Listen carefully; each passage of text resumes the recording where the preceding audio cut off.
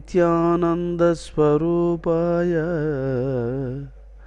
బోధైకసుఖకారిణి నమో వేదాంతవేద్యాయ గురువే బుద్ధిసాక్షిణే ఓం కృష్ణం కమలపత్రాక్ష్యం పుణ్యశ్రవణకీర్తనం వాసుదేవం జగద్యోనిం నౌమి నారాయణం హరిం. ఓం వ్యాసాయ విష్ణురూపాయ వ్యాసరూపాయ విష్ణవే నమో వై బ్రహ్మనిదయే వాసిష్ఠాయ నమో నమః. జగద్గురువైనటువంటి శ్రీకృష్ణ భగవానుని పాదపద్మములకు శిరస్సాష్టాంగ నమస్సుమాంజలుడు. యథార్థమైనటువంటి సత్యాన్ని గుర్తించినటువంటి రుక్మిణీదేవిని ప్రేమగల చూపులతో నిండు హృదయముతో చూస్తూ స్వామిగారు రెండు చేతులెత్తి ఆశీర్వదించాడు. పునర్జన్మము లేనటువంటి బ్రహ్మపద ప్రాప్తిని నీవు పొందెదవుగాక అని ఆశీర్వదించాడు. అప్పుడు దీవెనయుగాంచి స్వామి నుండి దీవెనను పొందింది రుక్మిణీదేవి. చక్రిపాద సేవయునర్చు భక్తి పదము తెలియ గురు శిష్య ధర్మంబు తెలుపుమనిన ఇంతి నిన్కనుగొని కంసారి ఇట్టులని ప్రాణేశ్వర, ఓ పరమాత్మ, నీవు ఇంతటి వాడవని నేను తెలుసుకోలేక జీవించినాను స్వామి ఇంతవరకు. ఇప్పుడు నీ యథార్థ స్వరూపము బోధపడింది తండ్రి. కాబట్టి నీ దగ్గర ఎట్లా ప్రవర్తించాలో నాకు అర్థం కాలేదు స్వామి. ఇంతవరకు ఎట్లెట్లనో మెలిగేశాను. కాబట్టి గురువు దగ్గర శిష్యుడు ఎలా ప్రవర్తించాలనో ఆ విధానాన్ని నాకు ఉపదేశించు స్వామి. నువ్వు ఎలా చెబితే అలా నడుచుకుంటాను నేను అని గురు శిష్య ధర్మాలను చెప్పమని అమ్మవారు పరిదీనురాలయ్యి ప్రార్థించగా అప్పుడు స్వామిగారు ఇలా అంటున్నాడు, దేవి, గురువు అనగా ఎవరు ప్రత్యక్షంగా నీవే చూశావు కదా. ఆయన ఎంతటివాడు ప్రత్యక్షంగా చూశావు, అనుభవించావు కదా. ఆయన ఉపదేశించిన సత్యం ఎంతటిది, ఆయన అనుగ్రహించిన జ్ఞానం ఎంతటిది, ఆయన మనకు తొలగించినటువంటి భవబంధములు, అసలు నువ్వు చేసుకొని ఉన్నటువంటి కర్మలను తొలగించడానికి ఎవ్వరికీ సాధ్యం కాదు. అటువంటి అసాధ్యమైనటువంటి కర్మలలో పట్టుబడి ఉన్నటువంటి నిన్ను వాటి నుంచి విడుబడమే కాదు, పరతత్వాన్ని తెలుసుకోదగినటువంటి యొక్క జ్ఞానమును, భక్తిని, వైరాగ్యాన్ని, ఆ స్థిరత్వాన్ని ఇన్నిటినీ ప్రసాదించి ఆ పరబ్రహ్మాన్ని గుర్తెరగదగినటువంటి జ్ఞానాన్ని నీకు ఇచ్చి ఆ వేట్టిని అనుగ్రహించి స్వామి సాక్షాత్కారాన్ని నీకు ప్రసాదించడము అంటే గురువు ఎవడో, ఎంతటోడో, ఎంతటి వాడైతే ఇంత అధమాధమమైనటువంటి స్థితిలో ఉన్నటువంటి జీవుణ్ణి ఉద్ధరించగలడో, పరమాత్మ యొక్క స్థాయికి తీసుకురావడానికై గురువు ఎంతటి వాడై ఉండాలనో విన్నావు కదా.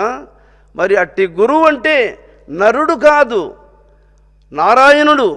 ఆయన ముందు ఎలా మెలగాలనో చెబుతా విను రుక్మిణి అని చెప్తున్నాడు. గురుడు అరుదేరా మ్రొక్కకయే కూర్చుండగా రాదు శిష్యుడు.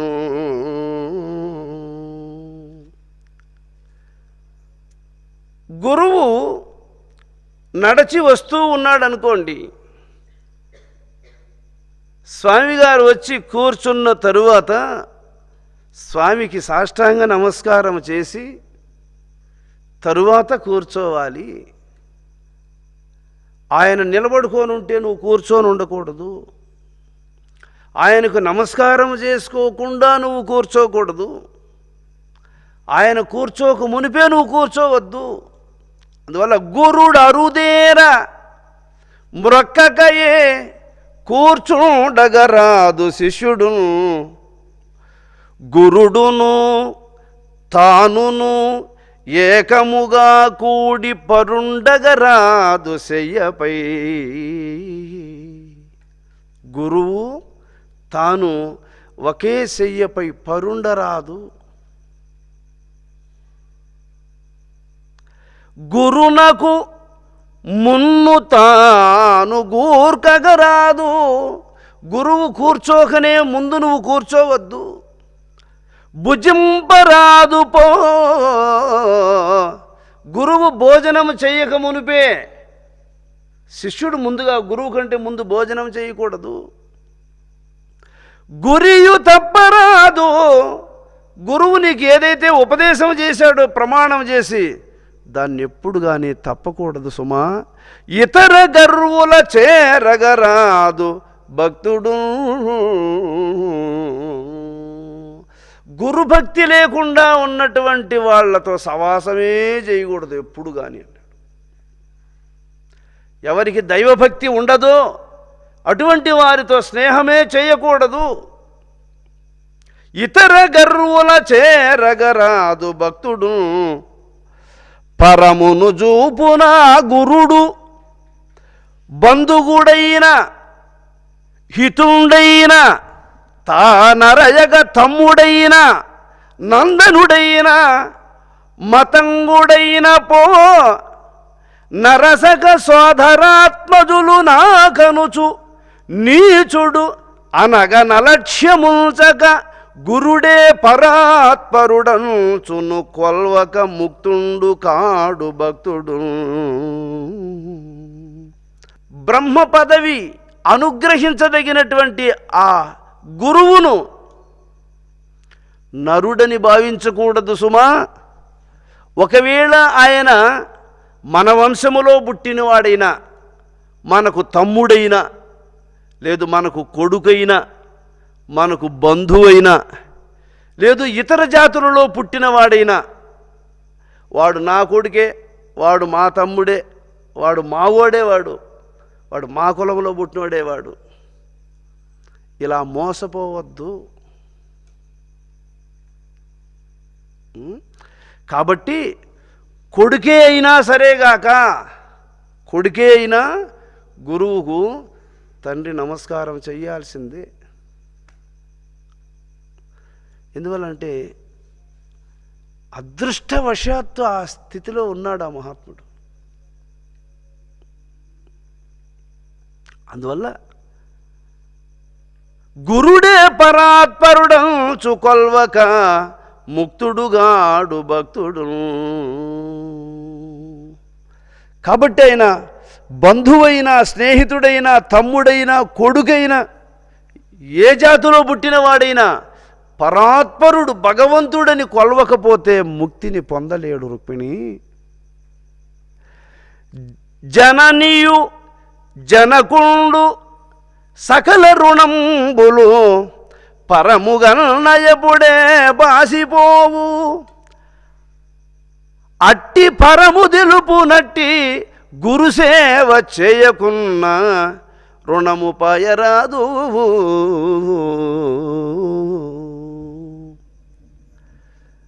ప్రతి జన్మలోనూ తల్లి 9 నెలలు మోస్తుంది. బిడ్డకు పాలిచ్చే అంతకాలము ఆమె కూడా పత్యం ఉంటుంది. బిడ్డకు మూతి గడగడము, ముడ్డి గడగడము, స్నానము చేయించడము, వస్త్రధారణ చేయడము, బువ్వ పెట్టడము, మాటలు నేర్పించడము, ఏలు పట్టుకుని నడిపించడము, ఎన్ని సేవలో ఎంతో సహకారాన్ని అందిస్తుంది. ఈ రుణము తీర్చలేడట కొడుకులు. తల్లి రుణాన్ని, తండ్రి రుణాన్ని తీర్చలేరు. అలాగా ఈ జన్మలో తల్లిదండ్రుల యొక్క రుణము తీర్చలేక రుణపడతాడు. అంతకుముందు జన్మలో నా తల్లిదండ్రులకు రుణపడతాడు, అంతకుముందు జన్మలో నా తల్లిదండ్రులను గౌరవించడు, తల్లిదండ్రులు రుణం తీర్చడు. ప్రతి జన్మలో నా తల్లిదండ్రులకు రుణపడి వచ్చేసి రుణగ్రస్తుడైపోతాడు వీడు. అటువంటి వాడు గురువు యొక్క సేవ చేస్తే ఈ రుణాలన్నీ ఎగిరిపోతాయట. జననీయు జనకుడును సకల రుణంబులో పరముగా నయబుడే బాసిపోవు. తల్లిదండ్రుల యొక్క రుణము, ఆ భగవంతుని నువ్వు ఎప్పుడైతే సేవిస్తావో అప్పుడే అవన్నీ ఎగిరిపోతాయి, తొలగిపోతాయి అన్నాడు. మరి భగవంతుని అలా సేవించడానికి నీకు ఆ భాగ్యం ఎలా కలిగింది? గురువు అనుగ్రహం వల్ల కలిగింది కనుక అట్టి గురుని సేవ చేయకున్నా రుణము పాయరాదు. కాబట్టి గురువు సేవ చెయ్యాలి. అందుకే ఆశ్రమానికి సమయము దొరికినప్పుడంతా ఆశ్రమానికి రావాలి. అక్కడ వందలాది మంది భక్తులు వచ్చి విశ్రమించేటువంటి ప్రదేశం పుణ్యక్షేత్రము కనుక అక్కడ చేయదగినటువంటి యొక్క సేవా కార్యక్రమాలలో చెమటోర్చి కష్టపడి సేవ చెయ్యాలి. అప్పుడే నువ్వు నీకు ఇంతటి జ్ఞానాన్ని అందించినటువంటి యొక్క గురువు రుణము తీర్చిన వాడిని అవుతావు. నువ్వు ఏమి నీ రుణాలు తీర్చేవాడు ఎవ్వడు లేడు, గురువు ఒక్కడు తీర్చగలడు. మరి ఇన్ని బంధముల నుంచి నిన్ను విడిపించినవాడు, ఇన్ని రుణాల నుంచి నిన్ను గట్టెక్కించినటువంటి వానికి నమస్కారం చేసేదానికి ఏమి నీకు? ఆయన సమీపానికి వచ్చేదానికి ఏమి నీకు? వచ్చినప్పుడు కష్టపడి చేయదగినటువంటి పనులు చేయడానికి ఏమి నీకు? అలా చేయకపోతే ఎలా కడతీరుతావు? నీ అంతటి నీవు పరోపకార కార్యాలు చేయలేవు, పుణ్యకార్యాలు చేయలేవు, స్వామి దగ్గరకు వచ్చినాక కూడా చేయలేవు.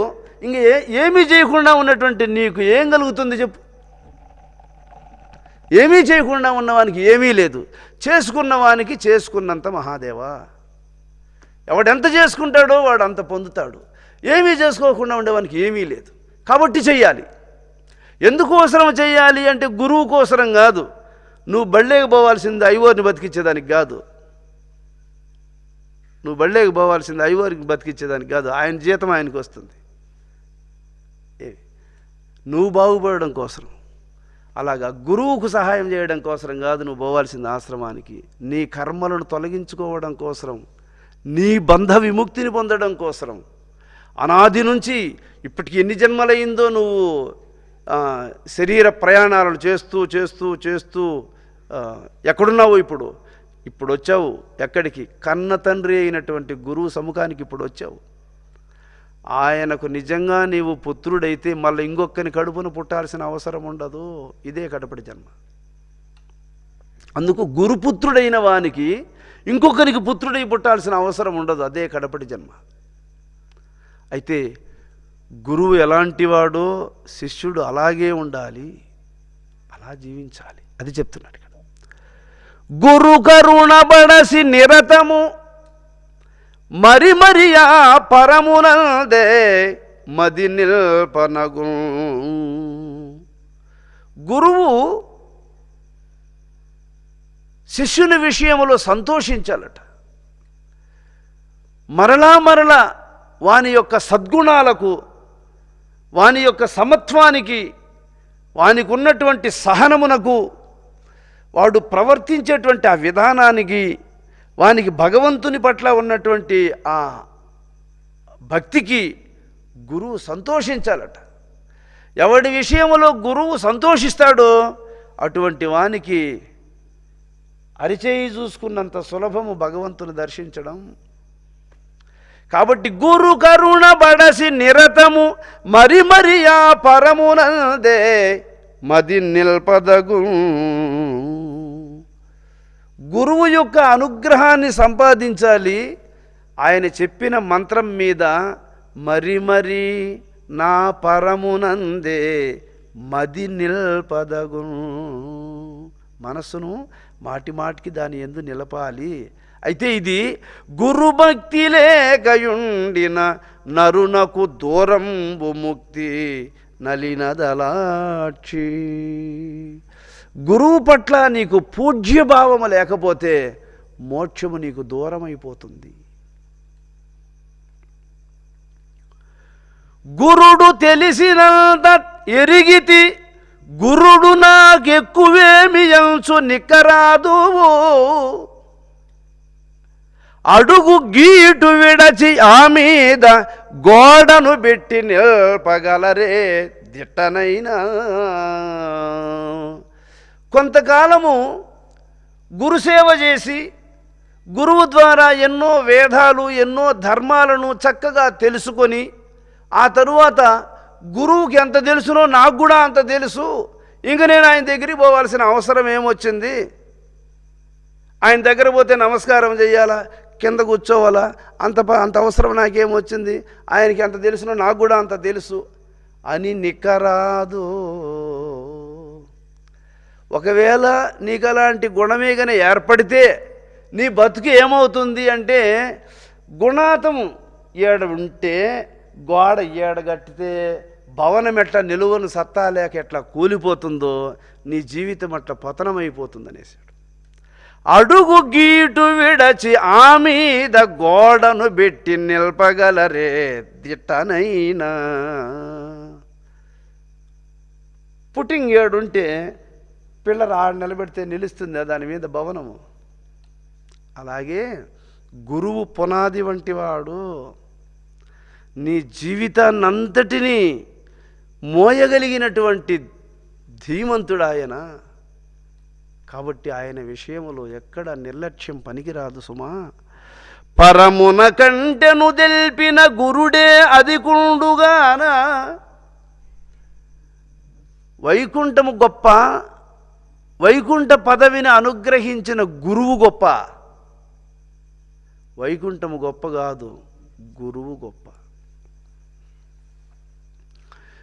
వైకుంఠము గొప్ప కాదు, గురువు ఉన్న ఆశ్రమం గొప్ప.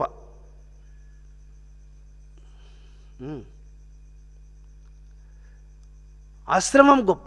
కారణం ఏంటి?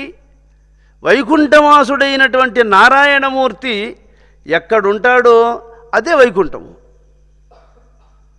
ఇప్పుడు రామచంద్రమూర్తి ఎక్కడుంటాడో అదే వైకుంఠము. దేవుడున్న ప్రదేశమునకు వైకుంఠం అని కదా పేరు. మరి గురువు ఎవరు?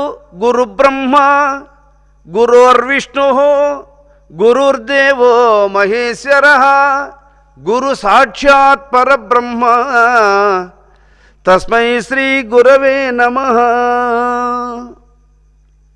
కాబట్టి ఆయన బ్రహ్మ, విష్ణు, ఈశ్వరుడు, సమస్త దేవతా స్వరూపుడు, సమస్త స్వరూపములకు ఆధారభూతుడైనటువంటి పరమాత్మ ఆయన. పరమున కంటెను తెల్పిన గురుడే అధికుండుగాన. గురు భక్తుడు గురుడే బ్రహ్మయు విష్ణువు గురుడే శివుడింద్రుడటంచు కొల్వగవలయు. నా గురువే బ్రహ్మదేవుడు, నా గురువే విష్ణువు, నా గురుడే ఈశ్వరుడు, నా గురువే ఇంద్రుడు, నా గురువే సమస్త దేవతలనే భావంతో కొలవాలి.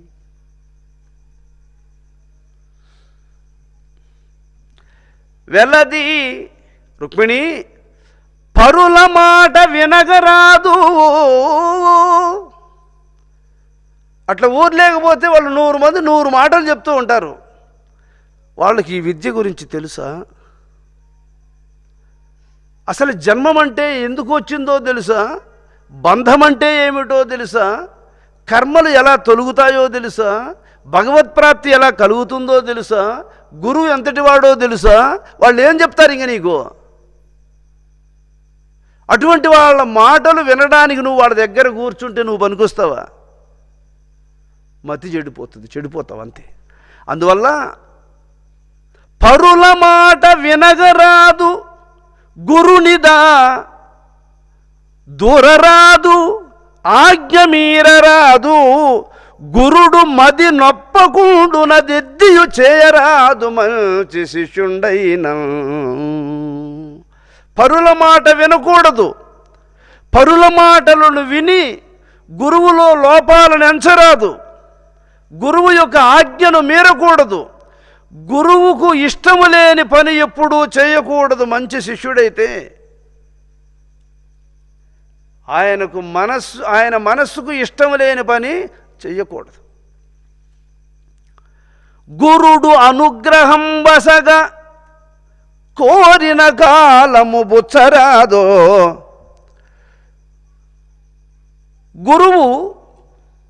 గురువు యొక్క ఆశ్రమానికి మనం వెళ్ళినప్పుడు, స్వామి నాకు అర్జెంట్ పని ఉండదు స్వామి, నేను పోయిస్తా అని అనద్దు. ఆయనకు తెలుసు ఇంటికాడ నీ ఇంటి దగ్గర ఏం అవసరమో, అక్కడ ఏం జరుగుతోందో, అక్కడ ఏం చెయ్యాలనో, నువ్వు ఇక్కడ ఎప్పుడు నిన్ను పంపించాలనో ఆయనకు తెలుసు. ఆయన చెప్పినప్పుడు ప్రయాణం చెయ్యి, సర్వశుభములు నీకు అనుగ్రహింపబడతాయి. అది చెప్తున్నాడు. గురుడు అనుగ్రహం వసగా కోరిన కాలము బుచ్చరాదో. సత్వరగతి నీయకుండిన తత్తరబెట్టగరాదు. స్వామిగారు పర్మిషన్ ఇవ్వందే బయలుదేరకూడదని శాస్త్రం చెప్తుంది కదా, అందుకనే ఉన్నా నేను. ఎంతసేపటికి బయలుదేరరా అని చెప్పలేదే స్వామి, ఎట్ట చేసేది? నేను పోదాము అని అనుకుంటే చెప్తే కదా, స్వామి చెప్పలేదే అని ఆయన్ను తత్తర పెట్టకూడదు. సత్వరగతి నీయగుండిన తత్తర పెట్టగరాదు. సుగురుండిరుగ బోధ చేయునెడ ఎంతటి కార్యములు పోవరాదు. గురువు ధర్మాలను ఉపదేశిస్తున్నాడు అనుకోండి, ప్రవచనము చెబుతూ ఉన్నాడు, అది ఎంత గొప్ప పని ఉన్నా సరే ఆ సమయంలో లేచి వెళ్ళిపోవద్దు. సుగురుండిరుగ బోధ చేయునెడ ఎంతటి కార్యములు పోవరాదరయంగ తెల్పకుండినను ఆతని నొక్కగరాదు శిష్యుడు. స్వామి నేను చాలా దూరం నుంచి వచ్చిన, లేక వచ్చినా నేను, నువ్వు ఏమీ చెప్పకుండా గమ్మున ఉంటే ఎట్లా స్వామి, నాకేమన్నా చెప్పు స్వామి అని ఆయన అడగకూడదు. ఆయన చెప్పుతూ ఉంటే నువ్వు లేచిపోకూడదు. ఆయన చెప్పకపోతే చెప్పమని ఆయన్ను నిర్బంధించి అడగకూడదు. కాబట్టి చెప్పింది వినాలి, చెప్పకపోతే ఉండాలి.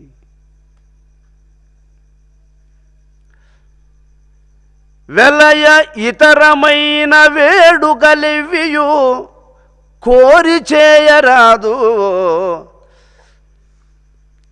నేనంటే ఏంటో గురువుకు ఒకసారి తెలియాలి అని ఆయన ఆశ్రమంలో కొన్ని ప్రజ్ఞలు చూపించకూడదట. స్వామి నేను ఈ పని చేసినా చూడు ఎంత బాగా చేసినాను, స్వామి ఈరోజు నేను ఈ వర్క్ చేసినా చూడు ఎంత బాగా చేసినాను, ఇలాంటివి అక్కడ ప్రదర్శించకూడదు. అలా చెప్తున్నావు, నేను ఈరోజు ఈ పని చేసిన స్వామి చూడు ఎంత బాగుందో అని అలా చెప్తున్నావు అంటే ఆయన ఏందో నీకు అర్థం కాలేదు అని అర్థం. ఆయన ఎంతటి వాడు, ఆయన నువ్వు ఎవరితో మాట్లాడుతున్నావు, ఏం మాట్లాడుతున్నావు నీకు అర్థం కాలేదు అని అర్థం అక్కడ.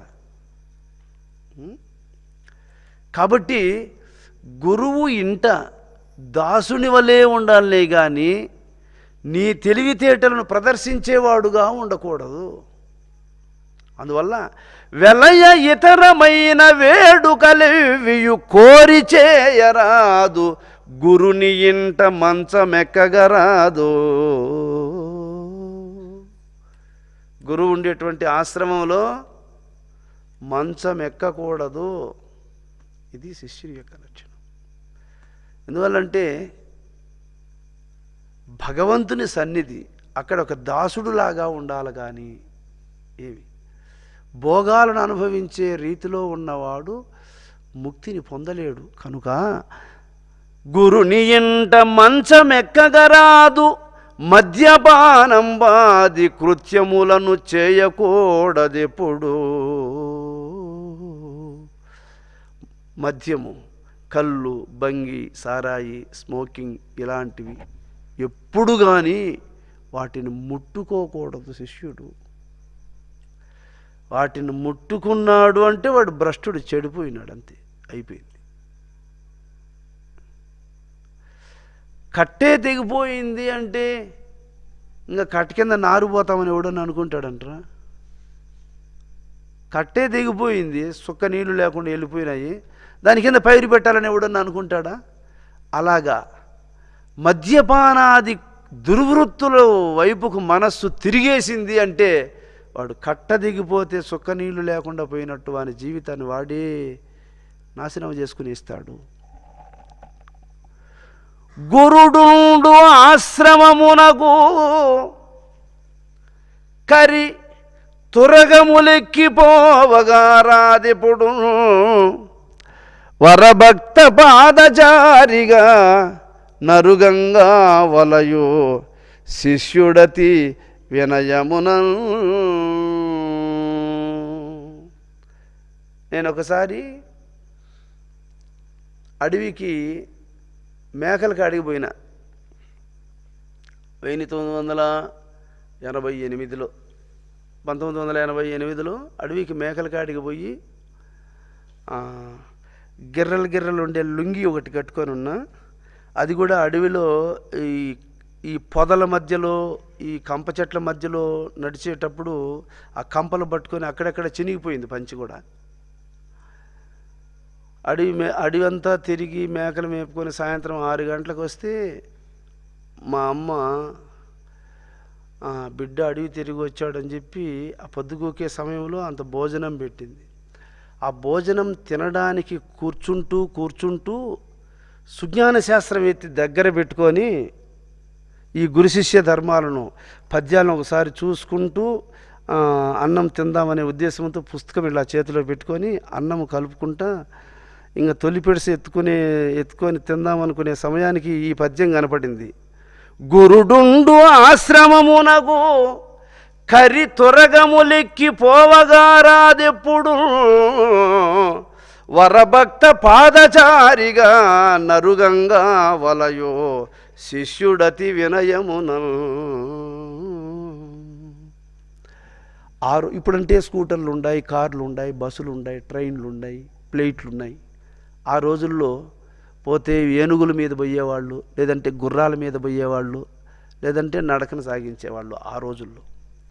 అట్లాంటి రోజుల్లో కూడా కరి తురగములెక్కి పోవగారాదెప్పుడు వరభక్త పాదచారిగా నరుగంగా వలయు శిష్యుడతి వినయమునన్. అలా సుజ్ఞాన శాస్త్రం ఈ పద్యం చదివినా ఇంకా చేతికి ఎత్తుకుని పిడస అట్లే పెట్టేసి చేయగడుకొని అటు నుంచి లేచి నడిచి ఆశ్రమానికి నడిచి వెళ్ళిపోయినా మా గురువు గారి దగ్గరికి.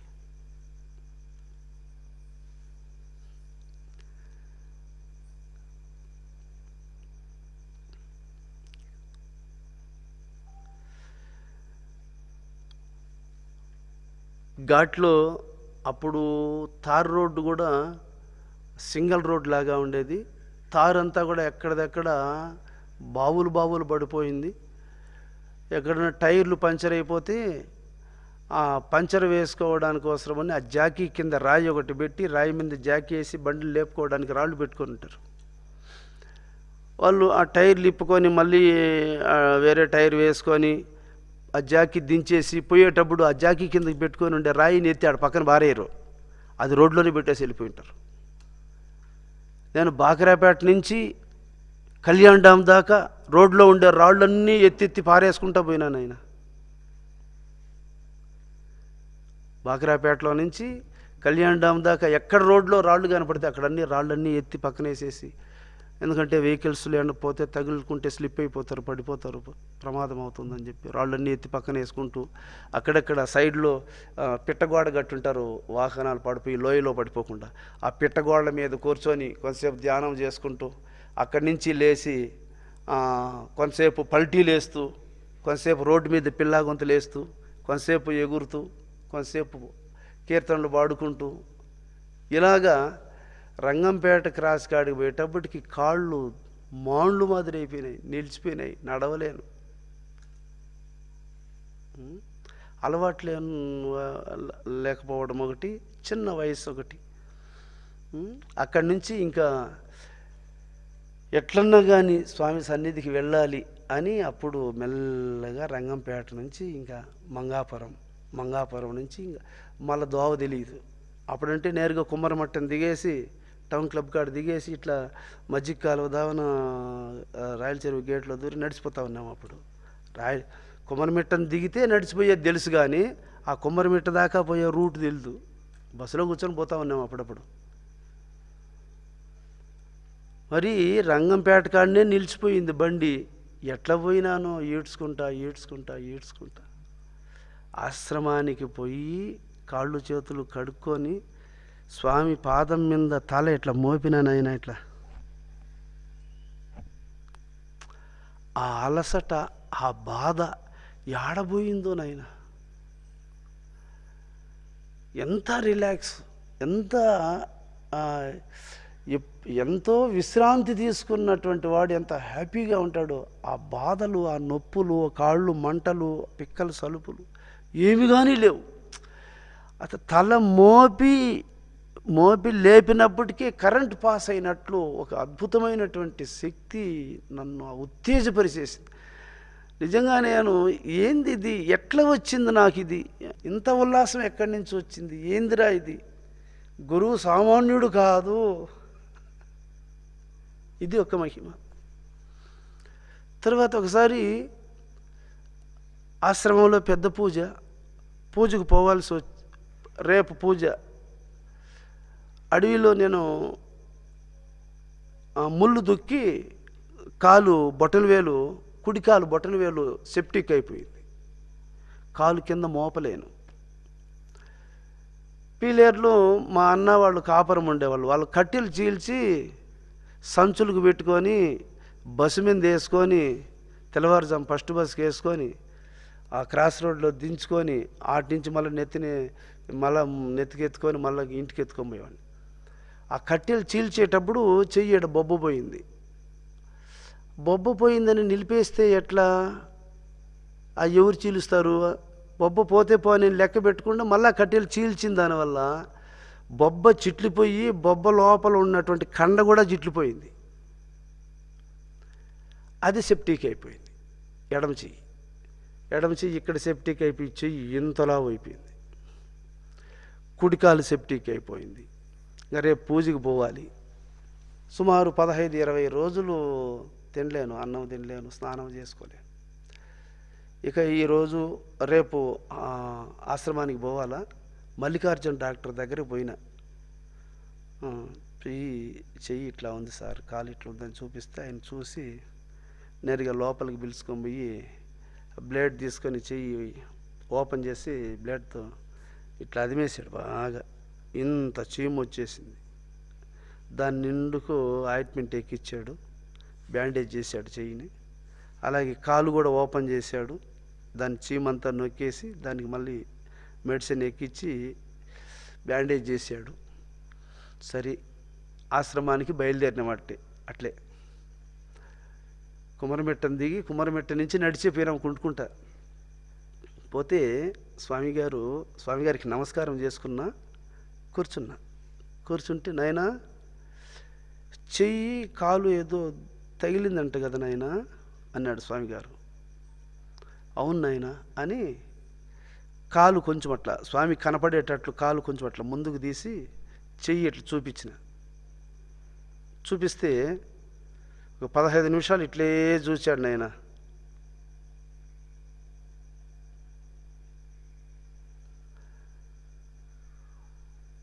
అంతే. చెయ్యి కానీ కాలు కానీ గాయమే లేదు. ఇంకా పాస్ పోవాల్సి వచ్చింది. బయట పోయినా మామూలుగా నడిచేసిన. మరి నాకు ఈ చెయ్య తగిలింది గుర్తే లేదు, నాకు జ్ఞాపకం లేదు. పోనీ కనమన్నా ఉందా? పొద్దున ఆపరేషన్ చేసి ఆయింట్మెంట్ ఎక్కిచ్చినటువంటి గాయమే లేదు. ఈ చెయ్యే 15 నిమిషాలు చూశాడు దీని వైపు. 15 నిమిషాల తరువాత అట్లా పాస్ పోయినప్పుడు చూస్తే నాకు ఈ చెయ్య రెండు ఒకటిగానే ఉన్నాయి. కాలు ఈ కాల ఏందది? ఎవరైనా ఎవరికి సాధ్యము?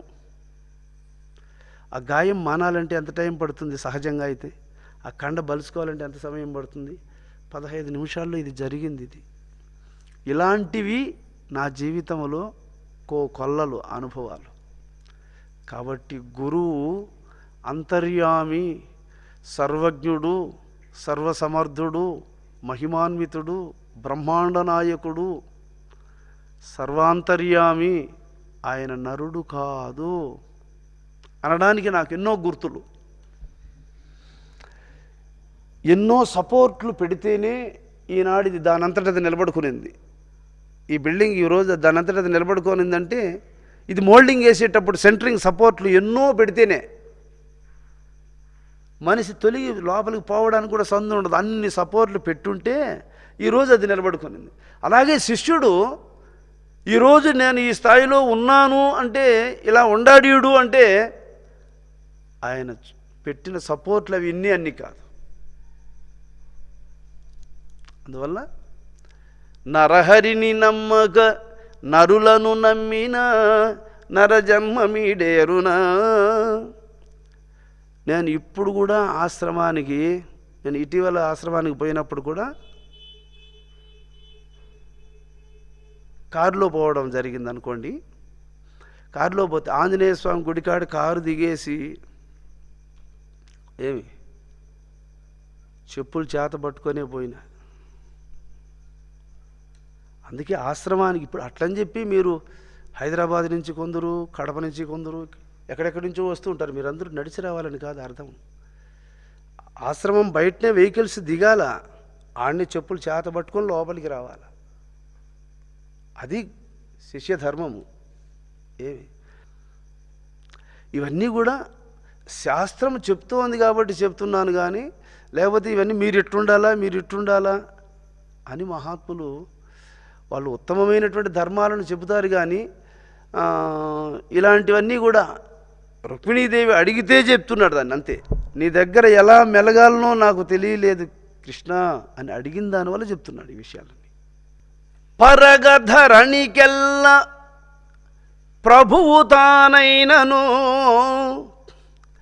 తన ప్రభుత్వమేమి తనదు గురుని ఎదుట చూపతగదెంత వాడైన గురుని మృత్యుపగిది కొల్వవలయో. ఈ భారతదేశానికే రాజైనా గురువు దగ్గరకు వస్తే నేను రాజును అనేటువంటి యొక్క దర్పాన్ని ఆడ చూపించకూడదు. కిరీటం తీసి పక్కన పెట్టి సాష్టాంగ నమస్కారం చేసుకొని దాసుని వల్లే కింద కూర్చోవాలి. పరగధరణికెల్ల ప్రభువు తానైనను తన ప్రభుత్వమేమి తనదు గురుని ఎదుట చూపతగదు ఎంత వాడైనను గురుని మృత్యువుపగిది కొల్వవలయో. భృత్యుడు సేవకుని వలె ఆయన్ను సేవించాలనే కానీ నేను ఈ దేశాన్ని పాలించే రాజును అనే దర్పాన్ని ఆయన ముందు చూపించకూడదు.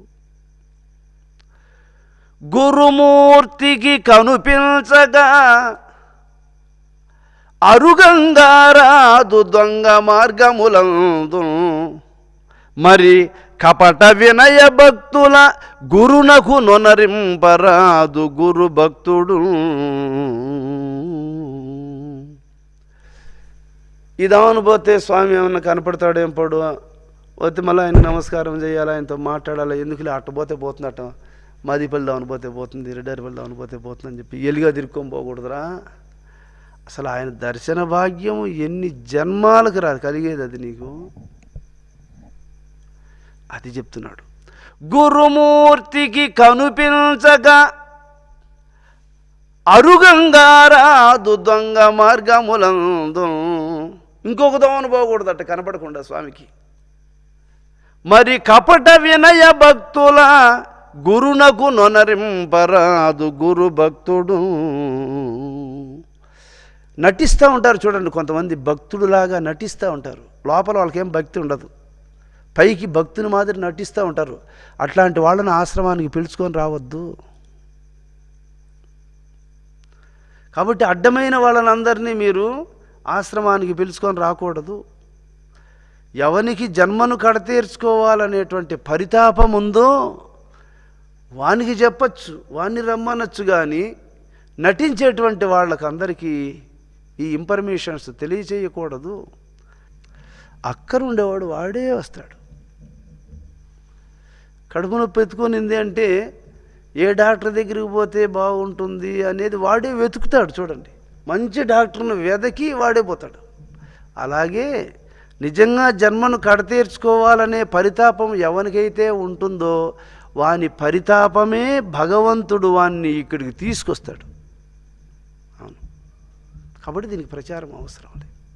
వనర గురుడు తనకు నొసగు ప్రసాదంబు ఎవ్వరికి గాని ఇయ్యతగదో, తానే కుడువవలయో తనకు మహాప్రసాదంబుగాగా శిష్యుడాదరమున. గురువు తనకు ప్రసాదం ఇచ్చాడా, అది తానే తినాలి, దాన్ని ఇంకొకరికి ఇవ్వకూడదు. నీకు ఇచ్చింది నువ్వే తినాలి. ఎందువల్ల ఆయన సమీపానికి ఎందరు వస్తారో అందరికీ ఆయన తీర్థం ఇస్తాడు, ప్రసాదం ఇస్తాడు. వాళ్ళకి ఏం అవసరమో వాళ్ళకి ఆ తీర్థంలో ఉంటుంది, వాళ్ళకి ఆ ప్రసాదంలో ఉంటుంది. వాళ్లకు నీకు ఇచ్చింది నువ్వు పోగొట్టుకోవద్దు. కాబట్టి నీకు ఇచ్చిన దాన్ని నువ్వు స్వీకరించు. నీకు ఇచ్చింది ఇంకొకరికి ఇచ్చావో నీకు రావాల్సింది ఇంకొకరికి పోగొట్టుకున్నట్లే, నీకు దక్కాల్సింది దక్కకుండా పోయినట్లే. అందువల్ల గురుడు తనకు నొసగు ప్రసాదంబు ఎవ్వరికి గాని ఇయ్యతగదు. కొంతమందికి అయితే మనం ఒక అరటిపండు ఇచ్చినామనుకో, వాడు ఏం చేస్తాడో తెలుసా, దాన్ని ఓపెన్ చేసి ఆ చుట్కారం ఉంటే నలుగురికి తలా కొంచెం గిల్లి ఇచ్చేస్తాడు.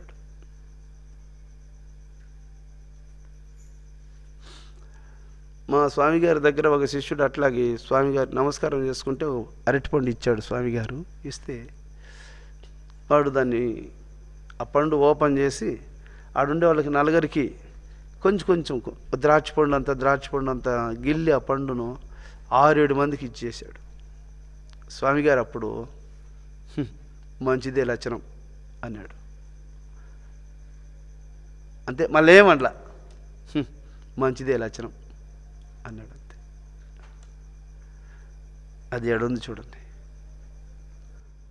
గురుడసగిన తృణమైనను పరమదనం బదియటంచు భావింపదగును, గురుడీయకున్న ఎద్దియు పరగంగా ముట్టరాదు భక్తుండబల.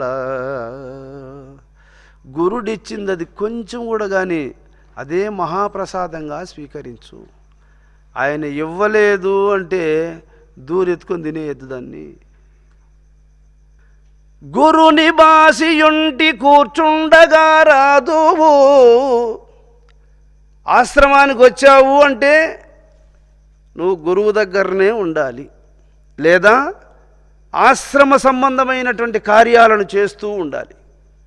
ఏదన్నా పని ఉందా పని చేయాలి, లేదా గురువు దగ్గర కూర్చోవాలి. అంతేగాని పని చెయ్యక స్వామి సన్నిధిలోన ఉండక అక్కడక్కడ కూర్చొని వాళ్ళతో వెళ్తా అరువులు చేసేవా, భ్రష్టుడే, చెడిపోతావు అని అర్థం.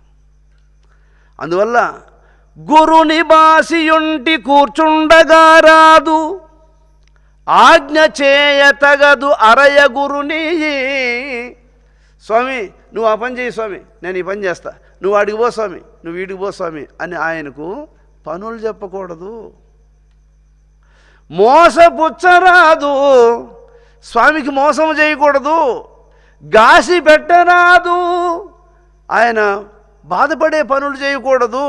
ప్రజ్ఞ తెల్పరాదు భక్తుడబల, నేను ఇంత గొప్పవాడిని స్వామి, నాకు ఇంత గొప్ప ప్రజ్ఞ ఉంది అనేవి ఆయన ముందర ప్రదర్శించకూడదు.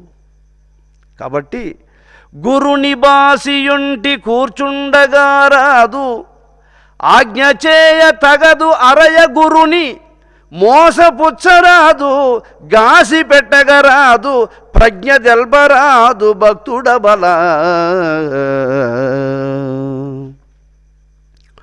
గురువును నేరములెన్నెడు నరపశువును భక్తుడనగ న్యాయంబగునే గురుడే దైవం బనుచును స్థిరముగా సేవించువాడే శిష్యుడుగా కను. గురువులో తప్పులు చూడకూడదు, గురువులను తప్పులెంచకూడదు, వాడే దైవద్రోహి.